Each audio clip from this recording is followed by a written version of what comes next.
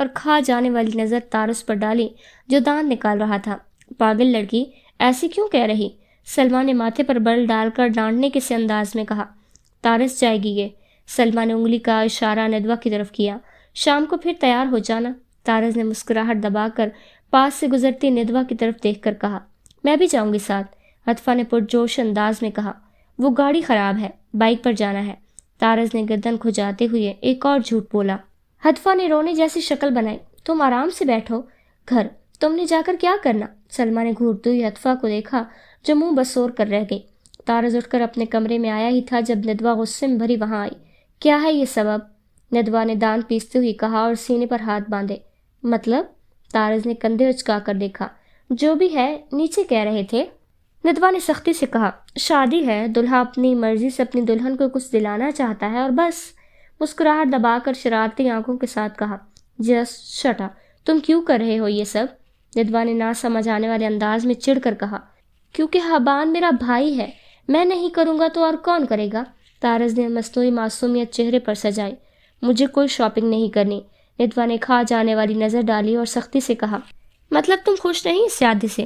طارس نے آنکھ دبا کر کہکہا لگاتے ہوئے کہا۔ میں نے ایسا کچھ نہیں کہا۔ ندوہ نے غصے سے دیکھا۔ تو پھر خوشی خوشی چلو شام کو، طارس نے محبت بھری نظروں سے شرارتی انداز میں کہا۔ ندوہ پیر پٹکتے ہوئے بڑبڑاتی ہوئی کمرے سے نکلی تھی۔ جا رہی ہو نا پھر؟ طارس نے پیچھے سے اونچی آواز میں کہا اور سیڑھیاں اترتے ہوئے وہ اندر تک چلی گئی تھی۔ گاڑی کو کیا مسئلہ ہے اب؟ ندوہ نے اسے بائک سٹارٹ کرتے دیکھ کر ناگواری سے کہا تھا۔ خراب ہے، مختصر جواب دے کر وہ بائک سٹارٹ کر چکا تھا۔ جھوٹ بول رہے ہو تم، ندوہ نے کن اکھیوں سے اس کے چہرے کا جائزہ لیتے ہوئے کہا۔ سلمیٰ نے زبردستی اسے طارس کے ساتھ بھیجا تھا۔ وہ بار بار نہ جانے کی ضد کرتی رہی تھی، لیکن سلمیٰ نے اس کی ایک نہیں سنی۔ سچ کہہ رہا ہوں، چلو بیٹھو، طارس نے بائک پر بیٹھ کر مسکراتے ہوئے کہا تھا۔ جانا کہاں ہے؟ وہ اب بھی شک میں مبتلا غصے میں بھری سوالات پر سوالات کر رہی تھی۔ جیولر کے پاس سیٹ دلوانا ہے، حبان نے کہا تھا۔ طارس نے معصوم سی شکل بنا کر کہا۔ تو میں آٹو میں چلی جاتی ہوں، ندوہ نے پھر سے جواز کھڑا۔ بائک ہے نا، اور میرے پاس پیسے نہیں، کریڈٹ کارڈ ہے صرف، زبردستی چہرے پر سنجیدگی طاری کرتے ہوئے کہا۔ آگے ہو تھوڑا سا، ندوہ نے غصے سے کہا۔ اب ہینڈل پر چڑھ جاؤں تو بائک کیسے چلاؤں گا؟ طارس نے مصنوعی خفگی بھری شکل بنا کر کہا اور پیچھے مڑ کر ندوہ کی طرف دیکھا جو برا سا منہ بنائے کھڑی تھی۔ ندوہ شکن آلود ماتھا لیے اس کے پیچھے بیٹھی۔ طارس کے لب ایک دم مسکرا دیے، آنکھوں میں شرارت بھری تھی۔ ندوہ اس سے کچھ فاصلہ لے کر بیٹھی تھی اور بائک کو پیچھے سے پکڑا تھا۔ طارس بار بار چہرے کا رخ موڑ رہا تھا۔ دل کی دھڑکن بے ترتیب ہوئی تھی تو لبوں پر جاندار مسکراہٹ تھی۔ تو ندوہ ہدایت قدرت بھی ہم دونوں کو ملانا چاہتی ہے، میرا حبان کے آفس جانا اور اسی وقت تانیہ کو دیکھنا۔ اب 15 نومبر کو تم حبان کی نہیں، طارز ابتہاج کی دلہن بنو گی، اور آج کی یہ ساری شاپنگ اسی خوشی میں میری جان۔ طارز اپنے پیچھے بیٹھے نفوس کی نفرت سے یکسر بے نیاز خواب سجا رہا تھا۔ جیولر کی شاپ پر ایک جھٹکے سے بائک رکا تھا۔ ندوہ نے گرنے سے بچنے کے لیے ایک دم سے طارز کے کندھے کو تھاما تھا۔ اترو، طارز نے بھیگی سی آواز میں کہا تھا۔ اس کے ہاتھ کا لمس پشت سرایت کرتا ہوا دل کے پمپ ہونے کی رفتار کو بڑھا چکا تھا۔ وہ خاموشی سے اتر کر اس کے ساتھ جیولر شاپ میں داخل ہوئی۔ کوئی اور دکھائیں۔ طارز مصروف سے انداز میں مختلف سیٹ دیکھ رہا تھا۔ ندوہ نے دانت پیستے ہوئے اسے دیکھا تھا۔ ایسے پسند کر رہا ہے جیسے یہ لے کر دے رہا ہو۔ میرا خیال ہے میں پسند کر لوں، حبان نے میرے لیے بھیجے ہیں پیسے۔ ندوہ نے طنز بھرے انداز میں دانت پیستے ہوئے طارز کو اپنی طرف متوجہ کیا۔ اوہ ہاں، کیوں نہیں؟ طارز ایک دم سے خجل سا ہوا۔ یہ والا دکھائیں گے پلیز؟ ندوہ نے ایک نازک سے سیٹ کی طرف اشارہ کیا تھا۔ میڈم پہن کر چیک کر لیں۔ سامنے کھڑے آدمی نے طارز کے پاس پڑے آئینے کی طرف اشارہ کیا۔ ندوہ نے نیکلس کو جیسے ہی گلے میں پہن کر نظر اوپر اٹھائی تو طارز اس کے سامنے آئینہ لے کر کھڑا تھا۔ بہت اچھا لگ رہا ہے، طارز بے اختیار کہہ گیا تھا۔ وہ بہت خوبصورت لگ رہی تھی، اس کی معصوم سی شکل پر وہ نیکلس جچ گیا تھا۔ ندوہ نے گھور کر طارز کی طرف دیکھا تھا۔ یہ کر دیں، مسکرا کر شاپ کیپر کو نیکلس پکڑایا تھا۔ جوس پیو گی؟ واپسی پر بائک چلاتے ہوئے اچانک طارز نے تھوڑا پیچھے ہو کر ندوہ سے کہا تھا۔ اس نے ندوہ کو ایک بہت خوبصورت ڈریس لے کر دیا تھا اور کچھ اور چیزیں اس نے اپنی پسند سے لی تھیں۔ وہ اتنی پرسکون ہو کر شاپنگ کر رہی تھی، طارز کا دل کر رہا تھا کہ اپنا سارا بینک بیلنس اس پر لوٹا دے۔ وہ بار بار پوچھ رہی تھی، اور کتنے رہتے پیسے؟ نہیں، دیر ہو رہی ہے، جانا چاہیے اب۔ ندوہ نے جوس پینے سے صاف انکار کیا تھا۔ ارے چلتے ہیں، طارز نے پرسوچ انداز میں کہا۔ کھانا کھانے کا طارز نے کہا، وہ بھی اس سے منع کر رہی تھی۔ اور اب جوس کارنر کو دیکھ کر طارز سے رہا نہیں گیا۔ 1 منٹ اترو، میں بھی آیا۔ طارز نے اس کی بات انسنی کرتے ہوئے کہا۔ وہ روٹھی سے انداز میں اتری تھی اور ایک طرف لگی کرسی پر بیٹھ گئی۔ لو۔ طارز نے مسکراتے ہوئے اس کی طرف گلاس بڑھایا۔ ندوہ نے کچھ سوچتے ہوئے گلاس اس کے ہاتھ سے لے لیا۔ ندوہ، اب جو رشتہ بننے جا رہا ہے، میرا خیال ہے ہمیں سب بھلا کر اس کو نئے سرے سے شروع کرنا چاہیے۔ طارز نے بڑے مدھم سے لہجے میں بات شروع کی تھی۔ ندوہ نے چونک کر اسے دیکھا اور اس کے الفاظ پر غور کیا تھا۔ میں تیار ہوں، ندوہ نے پرسوچ انداز میں لیکن سپاٹ لہجے کے ساتھ کہا۔ لیکن تم وعدہ کرو، دوبارہ کبھی مجھے اس حوالے سے تنگ نہیں کرو گے، ندوہ ناک چڑھا کر ناگواری سے کہا۔ طارز نے کہا لگایا تھا، تنگ تو بہت کروں گا ساری زندگی، ہاں لیکن اب کسی اور حوالے سے کیا کروں گا۔ اب خوش؟ ندوہ نے بے یقینی سے اسے دیکھا تھا اور دھیرے سے سر اس بات میں ہلا دیا۔ طارز، میں نہ کہتی تھی یہ سب تمہاری بیوقوفی ہے صرف، جسے تم محبت کہتے ہو۔ اب ہمارا رشتہ کیا بدلا، 4 دن میں تمہارا نشہ بھی اتر گیا۔ ندوہ کے ہونٹ مسکرا دیے تھے۔ اچھا پھر سیلیبریٹ کرتے ہیں نا، چلو اب تو کھانا کھانے چلیں، طارز نے بچوں کی ضد کرتے ہوئے کہا۔ ندوہ نے کچھ دیر سوچنے کے بعد سر ہاں میں ہاں ہلا دیا۔ جی، تو کیسی پروگریس ہے؟ طارز نے فون کان کو لگاتے ہوئے کال کی دوسری طرف موجود تانیہ سے سوال کیا۔ وہ اپنے کمرے سے معلق چھوٹے سے ٹیرس پر کھڑا تھا، ایک ہاتھ میں سگریٹ سلگ رہا تھا اور دوسرا ہاتھ فون کان کو لگائے ہوئے تھا۔ شروع میں تو بالکل بات نہیں کر رہے تھے لیکن اب کرنے لگے ہیں۔ تانیہ کی پریشان سی آواز ابھری تھی۔ گڈ، اور آپ کیسی ہیں؟ طارز نے چہرے پر مسکراہٹ سجا کر کہا اور نیچے گلی کی طرف دیکھا۔ بس ابھی تک نا امید سی ہیں، تانیہ نے مدھم سی مایوسی آواز میں کہا۔ مجھ پر بھروسہ کریں گی آپ؟ دیکھیں، آپ جو پریشان ہوں گی تو میرا حوصلہ بھی پست ہو جائے گا، طارز نے تانیہ کا حوصلہ بڑھانے کے لیے مٹھاس بھری آواز میں کہا اور کمرے کی طرف رخ کیا۔ ندوہ اس کے بالکل پیچھے ساکن کھڑی تھی۔ طارز ایک دم سے گڑبڑا گیا تھا۔ 1 منٹ، میں بعد میں بات کرتا ہوں آپ سے، طارز نے آہستہ سے آواز میں کہتے ہوئے فوراً فون بند کر دیا۔ تمہیں دادا جی نیچے بلا رہے ہیں، ندوہ نے ماتھے پر بل ڈال کر ناگوار سی آواز میں کہا تھا۔ آتا ہوں، طارز نے کان کھجاتے ہوئے کہا۔ ندوہ نے کنکھیوں سے طارز کا اوپر سے نیچے تک جائزہ لیا اور بے اعزاز سی شکل بنائی۔ ٹھرکی کہیں گے، ندوہ نے دان پیستے ہوئے سوچا۔ اس نے جتنی بھی بات سنی تھی اسے اس بات کا اندازہ تو بخوبی ہو گیا تھا کہ طارز کسی لڑکی سے بات کر رہا تھا۔ کتنا عجیب ہے یہ، کل تک تو مجھ پر مرا جا رہا تھا اور اب اتنی جلدی وہی سب کسی اور لڑکی کے لیے کر رہا ہے۔ ندوہ نے ایک دم سے جھرجھری لی۔ وہ طارز کے ساتھ اب نارمل بیہیو کرتی تھی لیکن دل سے ایک دفعہ جو اس کا معیار گر چکا تھا اسے بحال کرنا بہت مشکل تھا۔ چائے بنا دو گی؟ طارز نے تھکی سی آواز میں کہا اور صوفے پر ڈھیک سے انداز میں بیٹھا۔ شادی کو بس اب کچھ دن ہی باقی تھے۔ طارز آفس سے آتا تو سلمہ اور ندوہ تیار ہوا کرتی تھیں، ان کو لے کر بازار نکل جاتا اور رات گئے تھک کر واپس آتا۔ عجیب ہی دلہا ہوں، اپنی دلہن کی شاپنگ میں خود کروا رہا ہوں۔ ڈھیروں شاپنگ بیگز ندوہ اور سلمہ کے ساتھ پکڑ کر ان کے پیچھے چلتے وہ اکثر یہی سوچتا، شاباش بیٹا، محبت کرنا آسان ہے، پانا بہت مشکل۔ آج بھی وہ رات 11 بجے شاپنگ سے واپس آئے تھے جب اس نے ندوہ کو چائے کے لیے کہا۔ اس کے سر میں درد ہونے لگا تھا۔ عورتیں عجیب ہوتی ہیں، ایک دکان میں بار بار چکر لگاتی ہیں، وہ پاگل سا ہو جاتا تھا ان کے ساتھ۔ ہاں بنا دیتی ہوں، ندوہ نے مصروف سے انداز میں کہا۔ وہ شاپنگ بیگز کو سمیٹ کر ایک طرف رکھ رہی تھی۔ تھک گئی ہو، چلو رہنے دو، طارز نے محبت بھری نظر اس پر ڈالی۔ وہ تھکی سی لگ رہی تھی۔ نہیں بنا دیتی ہوں، ندوہ نے ایک دم سے بیگ کو چھوڑ کر کہا۔ تھینک یو، طارز نے صوفے کی پشت سے سر ٹکایا۔ چائے کی واقعی میں شدید طلب ہو رہی تھی اور ندوہ کے ہاتھ کی چائے کا تو ویسے بھی دمانند تھا۔ وہ کچن کی کھڑکی میں سے نظر آتی وہ مصروف سے انداز میں چائے بناتے ہوئے اس کی پیاسی آنکھوں کو خیرہ کر رہی تھی۔ جس دن سے وہ اس کے ساتھ نارمل ہوئی تھی طارز نے آنکھ بھر کر اسے دیکھا نہیں تھا۔ لو، چائے کا کپ ہاتھ میں تھامے وہ پاس آئی تھی۔ بیٹھو۔ وہ چائے پکڑ کر ابھی پلٹی ہی تھی جب طارز نے دھیرے سے اس کے ہاتھ کو تھاما تھا۔ وہ ایک دم سے چونک کر رکی تھی۔ طارز نے فوراً اس کا ہاتھ چھوڑا تھا۔ مجھے معاف کر دو گی؟ طارز نے مدھم سی بھاری آواز میں کہا۔ کر تو دیا، کوئی بات نہیں، انسان سے غلطیاں ہو جاتی ہیں اکثر زندگی میں، جو ان کو سدھار لے اسے معاف کر دینا چاہیے، ندوہ نے پرسکون لہجے میں کہا۔ وہ بیٹھی نہیں تھی، ہنوز اسی انداز میں کھڑی تھی۔ لیکن میں ہمیشہ غلطیاں نہیں کرتا، کچھ کام جان بوجھ کر بھی کرتا ہوں، بولو معاف کرو گی؟ طارز نے چہرہ اوپر اٹھا کر جذب کے عالم میں کہا تھا۔ کر دوں گی، عجیب سی باتیں کیوں کر رہے ہو؟ ندوہ نے تھوڑا چڑھ کر کہا تھا۔ عجیب ہی تو ہوں، طارز نے مسکرا کر کہا تھا۔ شرمندہ مت ہو، میں دل سے سب باتیں بھلا چکی ہوں۔ ندوہ کو اس کا اس طرح دیکھنا عجیب سی کوفت میں مبتلا کر رہا تھا۔ شرمندہ؟ نہیں، وہ تو نہیں ہوتا میں۔ طارز نے ہلکا سا کہکہا لگایا۔ میری سمجھ سے تو یکسر باہر ہے۔ کیا کہہ رہے ہو؟ مجھے سونا ہے، اب کپ کچن میں رکھ دینا، ندوہ نے بیزار سی شکل بنا کر کہا تھا۔ بالکل جناب، اور کوئی حکم؟ طارز نے گہری سانس لیتے ہوئے کہا۔ تو طارز ابتہاج، محترمہ 2 ہفتے بعد طوفان برپا کرنے والی ہیں، تیاری پکڑ لو۔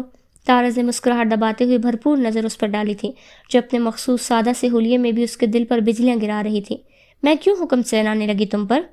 ندوہ نے عجیب سی نظروں سے اسے دیکھا تھا۔ اللہ، میں جتنا اس سے جان چھڑاتی ہوں یہ اتنا ہی مسلط ہو رہا ہے۔ اچھا ہے، اس کی جاب یہاں ہے، وہاں گھر میں یہ کم ہی ہوا کرے گا۔ وہ تیزی سے شاپنگ بیگ اٹھانے کے لیے جھکی تھی۔ اب حکم ہی تو چلانے ہیں ساری عمر۔ طارز نے مدھم سی آواز میں سرگوشی کی تھی۔ کیا کچھ کہا؟ ندوہ ایک دم سے پلٹی تھی اور نہ سمجھ آنے والے انداز میں کہا تھا۔ نہیں تو، طارز نے چائے کا کپ منہ کو لگاتے ہوئے مسکراہٹ دبا کر کہا۔